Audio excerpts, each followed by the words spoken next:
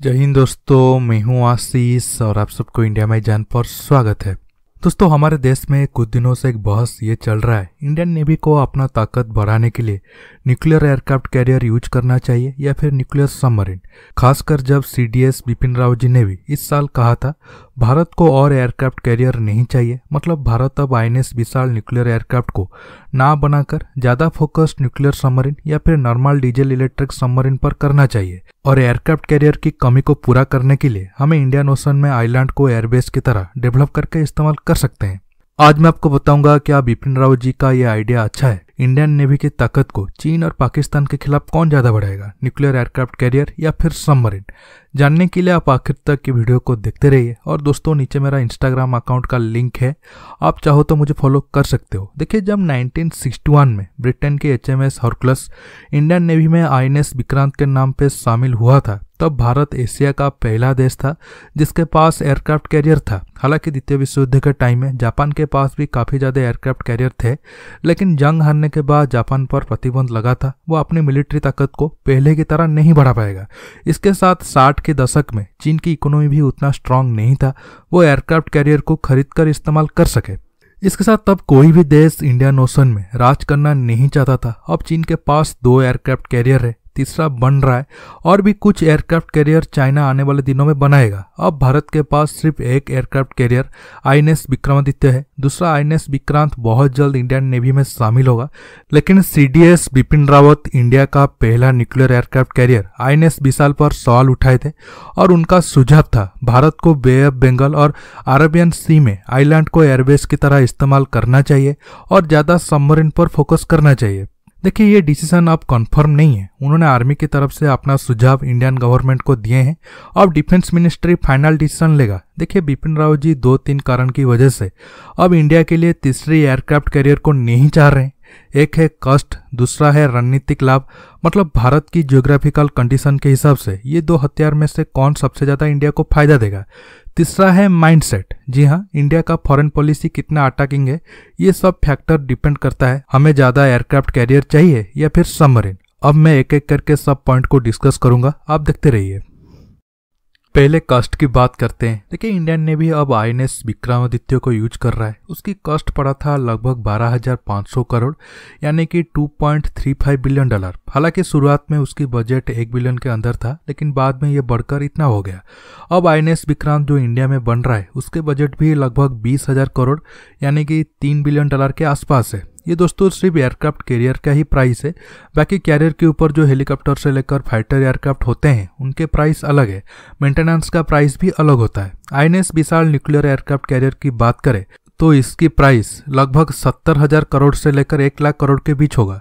लगभग 60,000 crore nuclear aircraft career को बनाने में लगेगा, बाकी खर्चा फाइटर एयरक्राफ्ट और हेलीकॉप्टर को लेकर आएगा। दोस्तों, ये छोटी बजट नहीं है, खासकर इंडिया के लिए, क्योंकि इंडिया अपने दुश्मन पाकिस्तान और चीन के मुकाबले पहले से ही जीडीपी का कम हिस्सा डिफेंस बजट में खर्चा कर रहा है।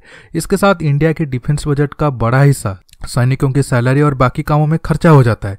फिर जो 30-40% बचता है उसमें से मॉडर्नाइजेशन और हथियार खरीदने के लिए बड़ा हिस्सा आर्मी को जाता है, फिर एयरफोर्स और नेवी को बजट मिलता है।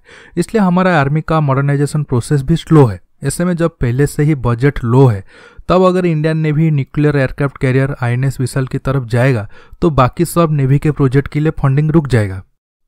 अगर हम दुनिया पर नजर डालें तो अब पूरी दुनिया में 41 एयरक्राफ्ट कैरियर एक्टिव है।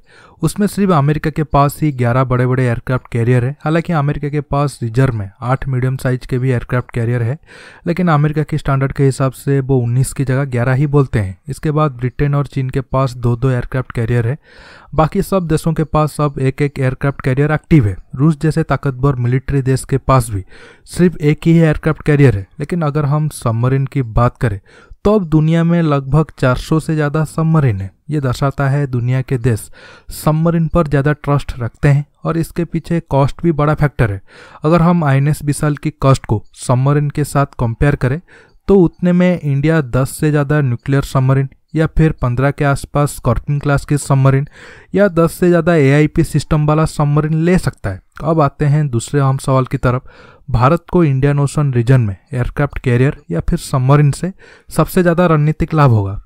देखिए, मिलिट्री नज़र से एयरक्राफ्ट कैरियर को डिफेंसिव हथियार के रूप में माना जाता है, लेकिन सबमरीन को अटैकिंग हथियार के तौर पर।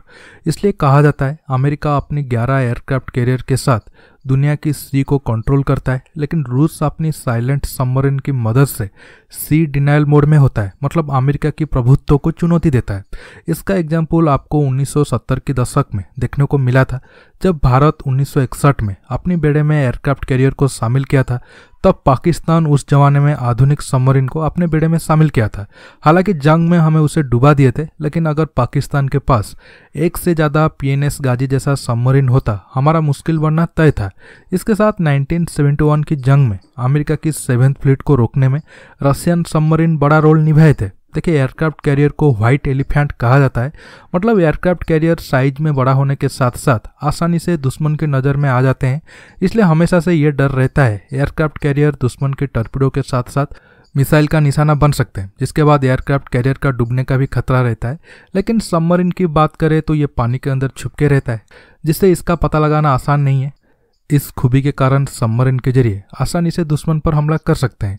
इसके साथ जंग में एक एयरक्राफ्ट कैरियर को खोना कॉस्ट वाइज देखें तो 10 से 12 सबमरीन को खोने का बराबर है। इसलिए इंडिया आइलैंड को परमानेंट एयरबेस की तरह डेवलप करना चाहिए। बे ऑफ बंगाल में अंडमान और अरब सागर में लाक्षाद्वीप, ये 2 नेचुरल एयरक्राफ्ट कैरियर की तरह काम करते हैं। इसलिए बचे हुए पैसों से हमें एडवांस सबमरीन और बाकी हथियार को बनाने पर फोकस करना चाहिए। देखिए, इस थ्योरी डिफेंसिव है और आज से 10-15 साल के लिए ये थ्योरी बुरा भी नहीं है, लेकिन कुछ लोग इस थ्योरी में नहीं मानते हैं और वो चाहते हैं भारत को अटैकिंग फॉरेन पॉलिसी रखना चाहिए।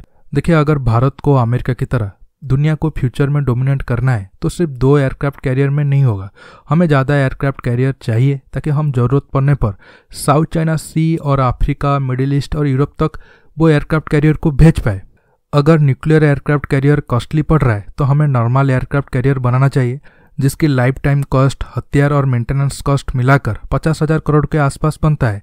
लेकिन एक एयरक्राफ्ट कैरियर 40 साल मिनिमम सर्विस में रहता है, तो उस हिसाब से ये उतना भी कॉस्टली डील नहीं है। देखिए, जैसे मैंने आपको शुरू में कहा था, अब भारत तीसरा एयरक्राफ्ट की तरफ जाएगा या नहीं जाएगा ये डिपेंड करता है हमारा अटैकिंग फॉरेन पॉलिसी के ऊपर।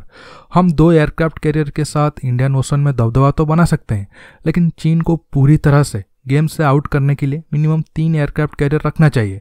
कॉस्ट सेविंग के लिए हम INS विशाल को नॉन न्यूक्लियर एयरक्राफ्ट कैरियर बना सकते हैं। दोस्तों, आप नीचे कमेंट करके बताइए, आप सब तीसरा एयरक्राफ्ट कैरियर इंडियन नेवी में देखना चाहते हैं या उसके बदले ज़्यादा एडवांस सबमरीन। दोस्तों, आज की वीडियो में बस इतना ही। आपको ये वीडियो कैसा लगा नीचे कमेंट बॉक्स में कमेंट करके बताइए। दोस्तों, ये वीडियो को ज़्यादा से ज़्यादा लाइक शेयर करने के साथ साथ आप मेरे चैनल को सब्सक्राइब करना मत भूलिए और सब्सक्राइब बटन के पास जो बेल आइकन है उसे प्रेस करिए ताकि आगे आप मेरे आने वाले वीडियो को मिस न कर सके। दोस्तों, रहता हूँ बहुत जल्द एक न्यू टॉपिक के साथ मिलूंगा। नमस्कार, जय हिंद।